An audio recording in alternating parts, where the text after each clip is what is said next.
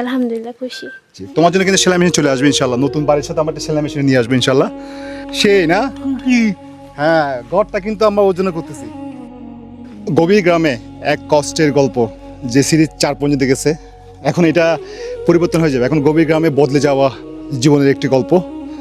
এই দেখেন বাড়ির কাজ শুরু হয়ে গেছে ইতিমধ্যে, পুরাপুরি চেঞ্জ হয়ে যাবে ইনশাল্লাহ। তুমি পাল্টাইছো তাই না? হ্যাঁ হ্যাঁ, মাশাআল্লাহ, আমার দিকে হয়েছে এগুলো। আর এদিকে গাছও আছে অনেকগুলো আরো। হ্যাঁ, এগুলো গাছ আছে, একটা চারপাশ দিয়ে টিন হবে, উপরে টিন হবে, হ্যাঁ, যাতে গরম না হয় ওই জন্য এখানে ফোম টিন দেওয়া হবে, ফোম দেওয়া হবে। হ্যাঁ, তারপর দুটো জানালা হবে, একটা দরজা হবে, এদিকে উঁচু হবে না? কিচেনটা হবে, হ্যাঁ। চারপাশ দিয়ে একটা বাউন্ডারি দেওয়াল হবে, বাউন্ডারি দেওয়া হবে। এটা ইট দিয়ে একটা গাঁথনি করে দিব। হ্যাঁ, আর ফ্লোরটা হবে আপনার এই সেম ইট দিয়ে, এটা সেই পাকা করে হ্যাঁ। উঁচা করে দিবা, আর একটা সিঁড়ি থাকবে ছোট। হ্যাঁ, একটা সিঁড়ি থাকবে এটা। মানে নতুন সবকিছু নতুন দেখবেন আপনারা ইনশাআল্লাহ।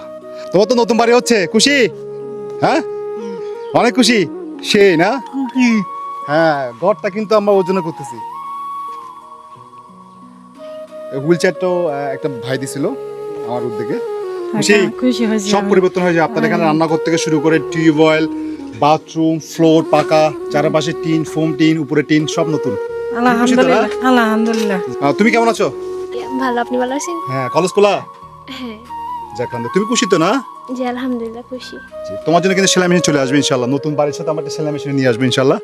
আমার বিশেষ করে বাড়িটা করতেছে ওর জন্যই, কারণ এই গভীর গ্রামে চারপাশে জমি, মধ্যখানে বাড়ি, খুব কঠিন অবস্থা। তাদের জীবনটা এত জরাজীর্ণ, মানে এত অবস্থা খারাপ, বাড়ি ঘরের অবস্থা এত খারাপ ছিল। সব ভালো থাকবেন। আজাদ মামু, মানুষের পাশে মানুষের জন্য।